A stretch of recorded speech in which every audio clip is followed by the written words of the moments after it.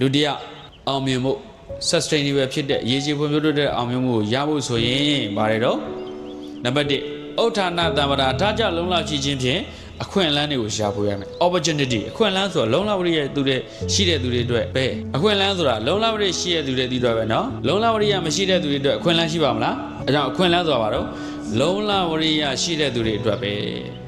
လုံလောက်ရမရှိဘူးပြင်းနေတဲ့သူတွေအတွက်အခွင့်အလမ်းမရှိဘူးအဲ့ဒီအတွက်ဘုံဘုံတို့ကဘုံအမြဲတမ်းပြောတဲ့စကားတစ်ခုရှိတယ်အစင်သင့်ပြန်ထားအစင်သင့်ပြန်ထားဆိုလုံလောက်ရနဲ့အမြဲတမ်းအရေးရှိတဲ့သူတယောက်ဖြစ်အောင်တိဆောက်ထားကိုယ်အခွင့်အလမ်းပေးနေပြီအခွင့်အရေးပေးနေပြီကိုကအစင်သင့်မဖြစ်ဘူးဆိုတော့အဲ့ဒါဆုံးရှုံးသွားပြန်ပြီအဲ့ဒီနောက်တစ်ခါပြန်ပြီးတော့တပတ်ပြန်လဲဖို့ကမလွယ်ဘူးဟာအသက်ကကြီးသွားပါပြီကွာသွားပါပြီစိတ်ဓာတ်တွေကျသွားဒါကြောင့်ဘုံတို့ကအမြဲတမ်းအစင်သင့်ပြန်ထားပညာရက်တွေအမြဲတမ်းသင်ထားတယ်အမြဲတမ်းလေ့ကျင့်ထားတယ်အမြဲတမ်းကိုယ့်ကို train yourself change your mind change your life ကိုယ့်ဘဝကိုပြောင်းလဲခြင်းကိုယ့်စိတ်ကိုပြောင်းလဲရပါမယ်ဒါကြောင့်အမြဲတမ်းအစင်သင့်ပြန်ထားဥထာဏတမ္ပရာလုံလဝရိယရှိခြင်းဖြင့်အခွင့်အလမ်းကိုရှာဖွေပါအခွင့်အလမ်းဆိုတာလုံလဝရိယရှိတဲ့သူတွေအတွက်ပါပဲ